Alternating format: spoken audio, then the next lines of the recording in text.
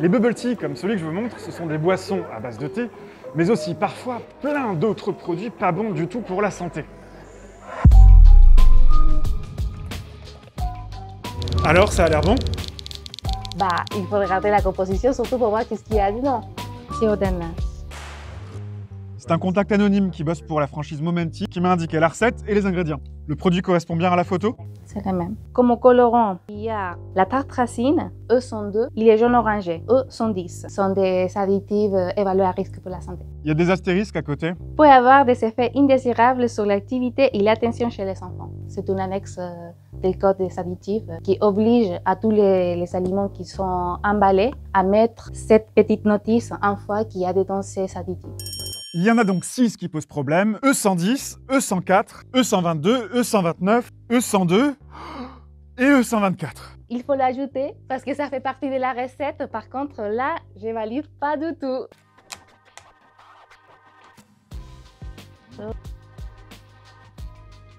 Thé noir du Sri Lanka. Il n'y a qu'un seul ingrédient. Nickel, oui, je valide.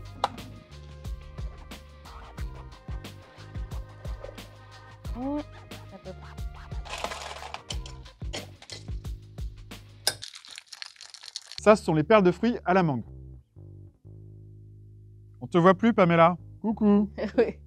Les colorants problématiques, tartracine, rouge aloura. C'est le seul produit que j'ai trouvé quand j'ai fait les courses chez le grossiste, mais la version qui est utilisée chez Momenti, elle n'en contient pas. Peut avoir des effets indésirables pour l'attention des enfants. Tu valides? Pas du tout. 40 grammes pour notre bubble tea. Qu'est-ce que tu penses de ces autres photos d'ingrédients que m'a envoyé mon contact? Sur les sirops arômes fraises, on trouve aussi les colorants rouge aloura, E129. Je ne valide pas. Préparation en poudre arôme taro. Encore une fois, rouge aloura, E129. Alors que le bubble tea au taro, au final, il n'est pas si rouge. On est sur les sirops de litchi. Les colorants controversés, il n'est pas. On ne trouve non plus aucun de ces 6 colorants controversés dans les perles de tapioca qui composent la recette classique du bubble tea. La texture de la petite bulle, ça fait comme une espèce de raisin. Tu peux m'en servir un peu? Oui, avec plaisir. On retrouvera ton bubble tea à la toute fin de la vidéo. C'est bon. L'Agence européenne de santé a estimé qu'il n'y avait pas de risque à consommer les colorants qu'a pointé Pamela, à condition de respecter des doses journalières admissibles. Par exemple, concernant le E102 jaune, il vaut mieux ne pas en consommer plus de 7,5 mg par kilo de poids corporel et par jour. À partir de ça, j'aurais bien aimé pouvoir faire un calcul et vous dire le nombre de bubble tea que vous pourriez consommer sans crainte.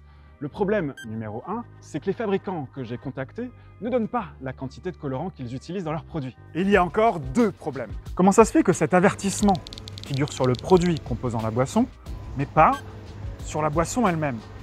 Cette obligation existe seulement pour des produits préemballés industriellement. Monsieur et la madame qui préparent le bubble tea, ils ont ces produits-là, mais il est quasiment impossible de mettre sur tous les produits qu'on offre, ah oui, là-dedans il y a E121, E71. Évidemment, ce qu'on doit prévoir quand même, mais ça c'est autre chose, c'est les allergènes. Si les produits qu'on offre contiennent des allergènes, ça doit être identifié, ça c'est clair. Ok, les ingrédients qui nous concernent ne sont pas répertoriés comme des allergènes, mais on va quand même tenter un coup de bluff.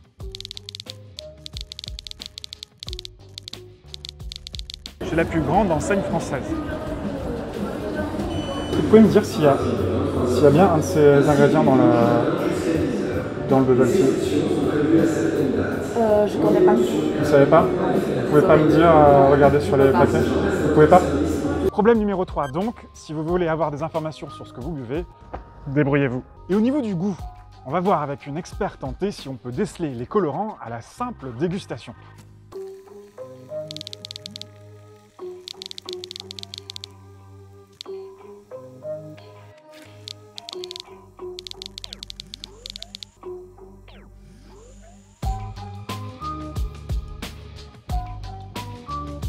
Salut Sophie! Bonjour Adrien. Est-ce que vous savez ce qu'il y a dans le bubble tea? Je sais que c'est du thé avec des petits tapioca dedans. Pas forcément. Dans ceux que j'ai apportés, c'est plutôt des popping boba ou perles de fruits.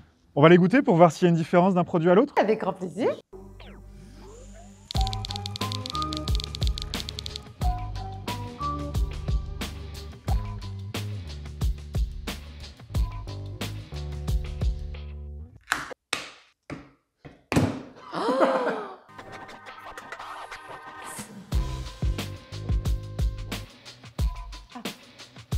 Ça explose dans la bouche. À mon avis, c'est un thé litchi. Et les billes? Bah, moi, je trouve pas qu'il y ait du goût. Celui-ci. Oh yeah, j'en ai attrapé une. J'ai pas l'impression de voir différence entre celui-ci et celui-ci. Je sens beaucoup le litchi en fait. Ces 3 boissons sont des thés au litchi avec des perles de mangue. Le premier, c'est celui de Momenti. Ni le sirop litchi ni les perles de mangue ne contiennent des additifs controversés. D'accord. Le deuxième, c'est le bubble tea de Chatime. Et là, la vendeuse n'a pas voulu me dire ce qu'il y avait dedans. Ah ouais? Et en troisième, c'est le produit d'une petite boutique parisienne qui, par mail, m'a affirmé qu'il faisait des bubble tea artisanaux, mais a quand même eu l'honnêteté d'admettre qu'il y avait du E102 dans ses perles de mangue.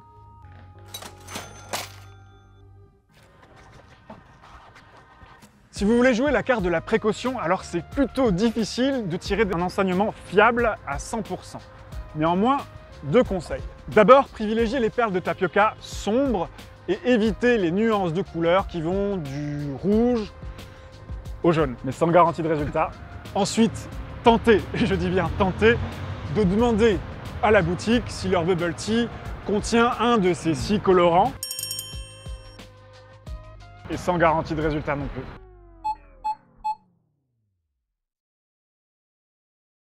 Désolé, mais pour cette vidéo, j'ai pas de meilleure conclusion.